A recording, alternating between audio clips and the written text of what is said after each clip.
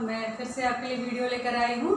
और हम जो भारत में संसाधन का सेकंड वाला पढ़ रहे थे चैप्टर, उसमें हमने पढ़ा कि पहले सारे संसाधन पढ़े, उसके बाद हम खनिजों की बात कर रहे थे। खनिज में हमने पहले अभ्रक पढ़ा, लोहा पढ़ा, उसके प्रकार पढ़े। आज हम जो पढ़ेंगे वो है तांबा, सोना, हीरा और बॉक्साइट, इनके बारे में जानेंगे। ठीक है, तो और इस क्रम में मैंने यहाँ लिखा है तांबा। तांबा जो है ये कायांतरित सेलों से मिलता है। ठीक है, और विश्व में भारत का कौन सा उत्पादन है? विश्व में तांबा उत्पादन में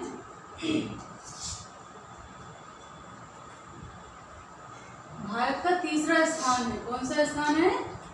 तीसरा, थर्ड। ठीक है, पूरे वर्ल्ड का तीसरा स्थान है। ठीक है,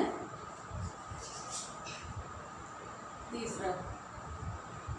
ठीक, और ये जो तांबा है इसमें बहुत सारी चीजें मिली होती हैं, जैसे कि चांदी है, टिन है, सीसा, सोना आदि धातुएं तांबे में मिली होती हैं। ठीक है, और इसके अलावा हम देखेंगे जो शुष्क तांबा होता है वो लचीला होता है। शुष्क तांबा कैसा होता है? लचीला होता है।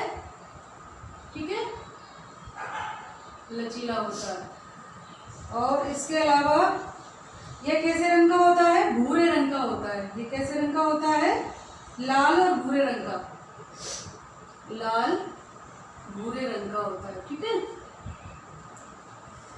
भूरे रंग का होता है। ठीक है, ये जो बिजली का सुचालक होता है तांबा, ठीक है, बिजली का सुचालक होता है। बिजली का सुचालक, तुमने देखा होगा कि जो तार होते हैं अपने लाइट के, बिजली के तार होते हैं ना, उसमें तांबे की कॉइल रहती है ना? बिजली का ही सुचालक होता है, इसलिए जितने भी तार बनते हैं उसमें तांबे की कॉइल होती है, तांबे से बने होते हैं वो। मोटर कभी आप खोले तो देखना, जो बिजली की मोटर होती है उसमें जो भरा तार लपेटा हुआ होता है, वो भरते हैं, उसमें तांबे का तार होता है। तो ये बिजली का सुचालक होता है, इसीलिए शायद ये लगाया जाता है। ठीक है, और इसके अलावा ये घिसावट रोकता है ना? इसके साथ अन्य धातुओं को मिलाकर, अन्य धातुओं को मिला दिया जाता है तो एक नई धातु बन जाती है। तांबे के साथ अन्य धातुएं मिलाते हैं तो एक नई जो है धातु बनती है। तो आओ हम देखते हैं किससे क्या बनता है। तो तांबा प्लस क्या मिला देते हैं? जस्ता। तांबा प्लस जस्ता मिलाकर क्या बनता है? पीतल बनता है। ठीक है, पीतल बनता है तांबा और जस्ता मिला के। और तांबा प्लस रांगा मिला के क्या बनता है?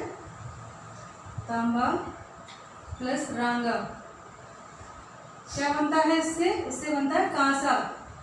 कांसे के बर्तन आपने सुने होंगे, है ना? शादियों में अक्सर कांसे की थालियां, कांसे के ऐसे कटोरे दिए जाते हैं, तो वो कांसा होता है। ठीक है, और तांबा प्लस सोना मिला के क्या बनता है? तांबा प्लस सोना, इसको मिला के बनता है रोल्ड गोल्ड। क्या बनता है? बल्लित सोना बोलते हैं इसको हिंदी में, बल्लित सोना, और इसको इंग्लिश में बोलते हैं रोल्ड गोल्ड, ROLL। ठीक है, रोल्ड गोल्ड, है ना? ये जो होता है ना मार्केट में मिलते हैं, आर्टिफिशियल ज्वेलरी में मिलती है, रोल्ड गोल्ड कहते हैं, रोल्ड गोल्ड, वो यही होता है। ठीक है, उसके अलावा क्या है? तीसरा स्थान है। जो प्रमुख खदानें हैं तांबे की वो है झारखंड का सिंह भूमि, झारखंड सिंह भूमि। और उसके अलावा आप देखो कहाँ कहाँ मिलता है ये, राजस्थान का अलवर, झुंझुनू। राजस्थान में बहुत खदानें हैं, है ना? राजस्थान में जो है तांबे की खदानों में पुराना, आप हड़प्पा सभ्यता कभी सुनोगे तो उसमें खेतड़ी की खदान है, वो झुंझुनू जिले में है ना? खेतड़ी की खदान बहुत पुरानी खदान है, यानी हड़प्पा समय से, सिंधु सभ्यता के समय से यहाँ पर तांबा जो है एक्सपोर्ट विदेशों में भी होता था, यहाँ से दूसरी सभ्यताओं में भी जाता था। ठीक है, तो कहाँ का मिलता है? झारखंड के सिंह भूमि, ठीक है। और उसके अलावा राजस्थान में, राजस्थान का बांसवाड़ा, ठीक है। और आपका झालावाड़, और इसके अलावा क्या है? झुंझुनू। झुंझुनू, झुंझुनू में याद रखना, खेतड़ी की खदान जो है वो झुंझुनू में ही है, ठीक है। और भी सब जगह मिलता है, पर ये प्रमुख जगह है जहाँ पर ये मिलता है, ठीक है। और हम बात करें मध्य प्रदेश की, तो मध्य प्रदेश में बालाघाट में मिलता है। कहाँ मिलता है? बालाघाट में। बालाघाट का मलाज खंड होता है, बहुत प्रसिद्ध है ना बालाघाट, यहाँ पर मलाज खंड, ठीक है। तो ये प्रसिद्ध जो है खदानें हैं, हालांकि और पूरे में है, आंध्र प्रदेश, पश्चिम बंगाल, गुंटूर, तेलंगाना, सभी जगह मिलता है। पर मेन जो अपन बात करें तो राजस्थान, झारखंड और मध्य प्रदेश के बालाघाट में मिलता है। अगली जो धातु है वो है बॉक्साइट। बॉक्साइट, ठीक है, ये है बॉक्साइट। और ये कैसी है? अधात्विक खनिज है ये, है ना, ये अधातु खनिज है।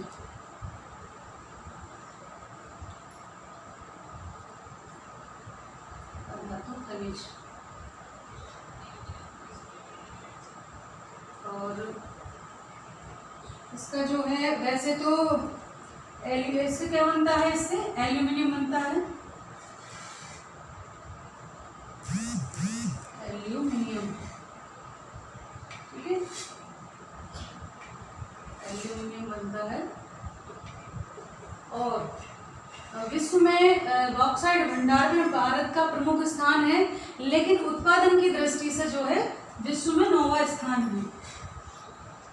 विश्व में उत्पादन में 9वां स्थान है, ठीक है, 9वां स्थान है बॉक्साइट में, ठीक है।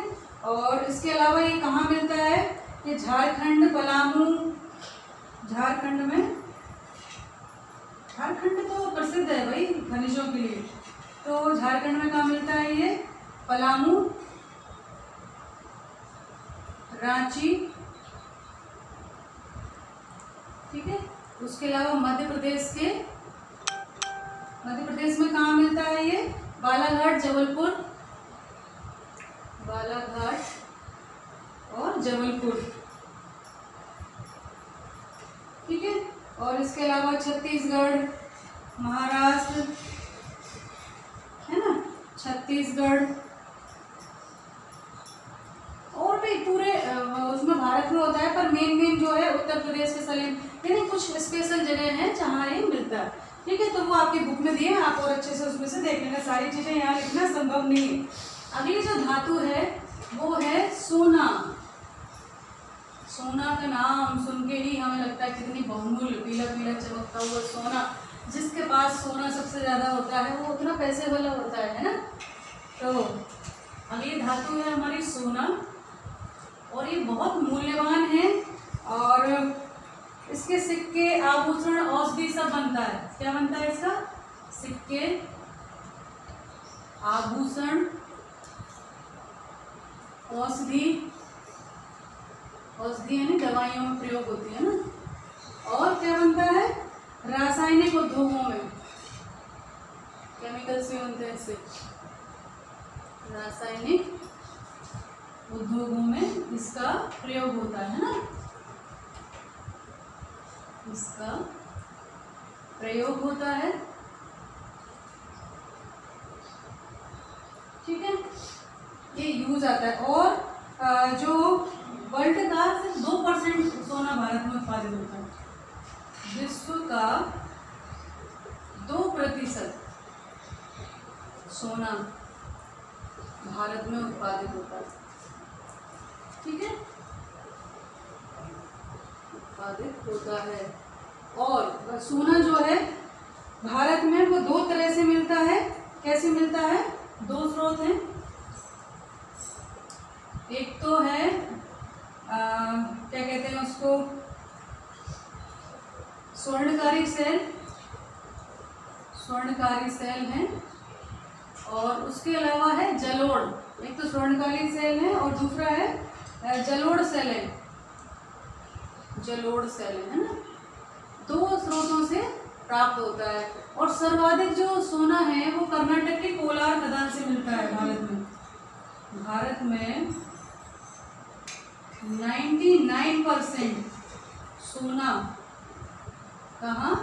कर्नाटक की कोलार खदान से। कोलार खदान से, ठीक है, खदान से प्राप्त होता है। और ये विश्व की सबसे गहरी खदानों में से एक है ना? विश्व की गहरी खदानों में से एक है,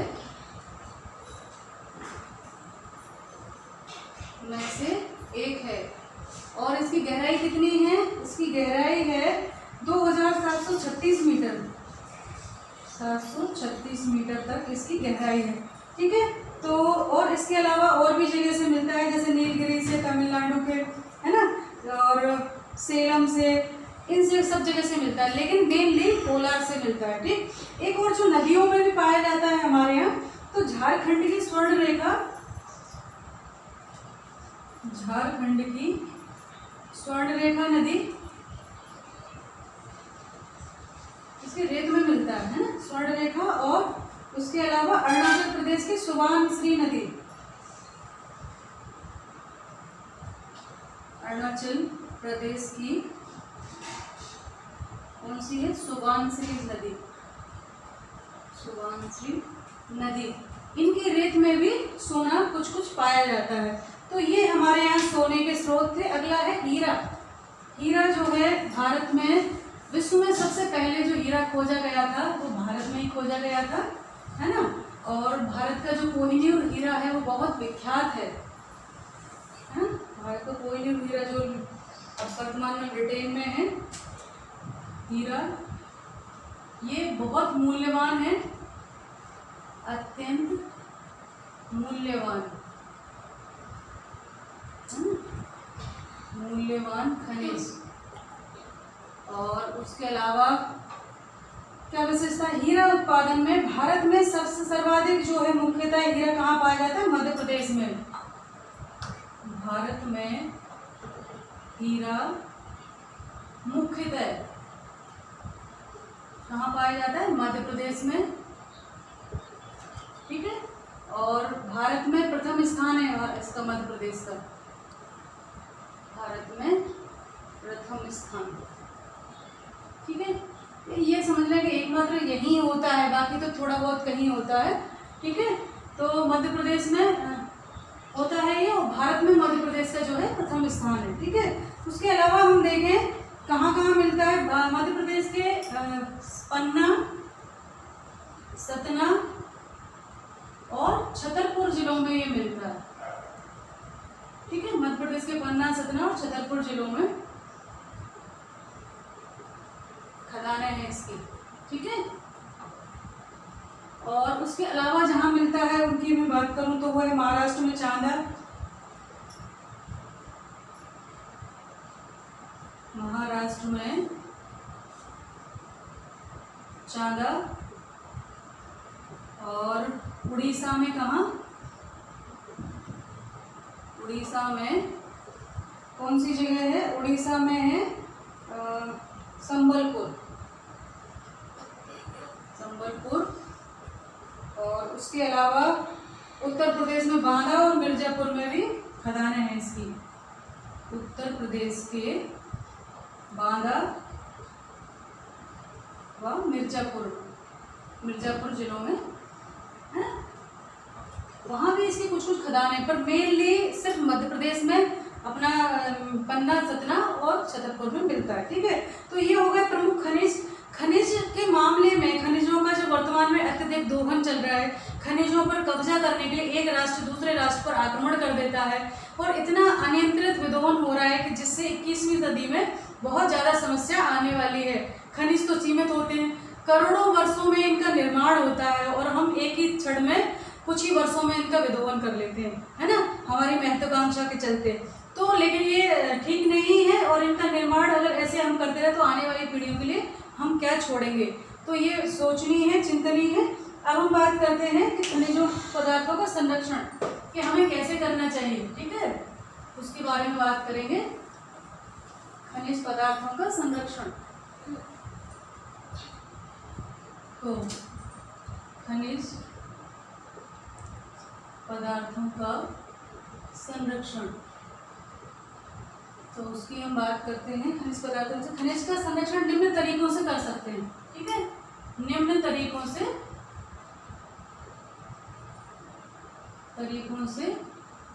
कर सकते हैं।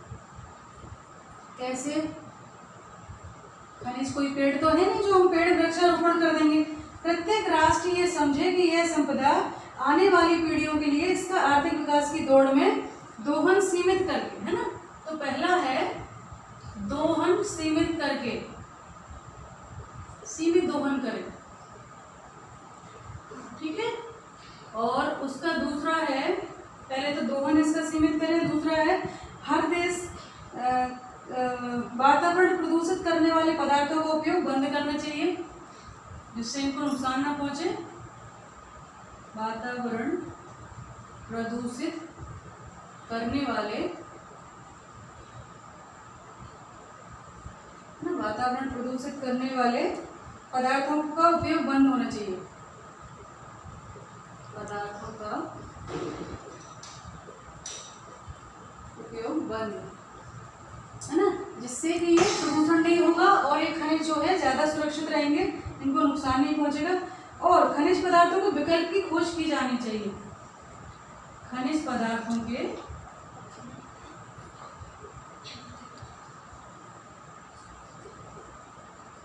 विकल्प की खोज की जानी चाहिए,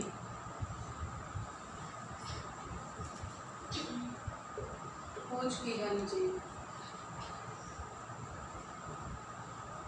ठीक है। और कैसे कर सकते हैं?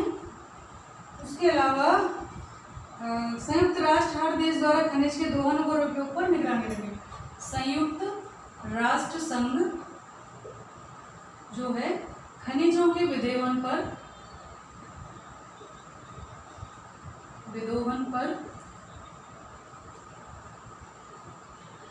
निगरानी रखकर जो है इनका संरक्षण कर सकता है ना? कर सकता है। तो प्रत्येक राष्ट्र की ये जिम्मेदारी है कि दोहन सीमित करे, क्योंकि ये जो खनिज है ये समझना होगा कि आने वाली पीढ़ियों के लिए है।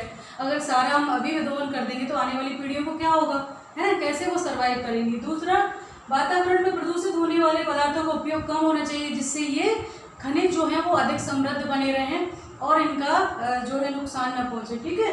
उसके अलावा खनिज पदार्थों के विकल्प, यानी वर्तमान में जो हम लाइट के उसके लिए, बिजली के उपकरणों के लिए या अन्य चीज़ों के लिए, रासायनिक उपयोग के लिए, औषधियों के लिए या अन्य चीज़ों के लिए जो ये उपयोग कर रहे हैं, अनियंत्रित उपयोग कर रहे हैं, अनियंत्रित विदोहन कर रहे हैं, तो विकल्प खोजना चाहिए। जैसे कि ऊर्जा के लिए बिजली का सोचा गया ना, बिजली जब बहुत खपत होने लगी, पानी से बिजली बनती थी, उसके अलावा फिर हमने कैसे सोचा, सौर ऊर्जा विकसित की, है ना।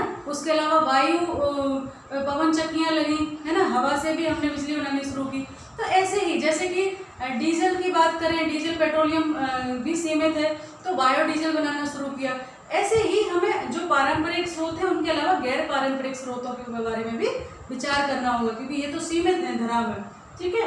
उसके अलावा संयुक्त राष्ट्र संघ जो है इन खनिजों के विदोहन पर निगरानी रख सकता है कि कौन सा राष्ट्र कितने इसका उपयोग करेगा, इस प्रकार इनका संरक्षण कर सकते हैं। तो ये वीडियो यहीं खत्म होता है। आगे अगले वीडियो में हम देखेंगे शक्ति के साधन, है ना, उसके बारे में पढ़ेंगे। तो ध्यान रखें, पढ़ाई करते रहें। नमस्ते सभी को।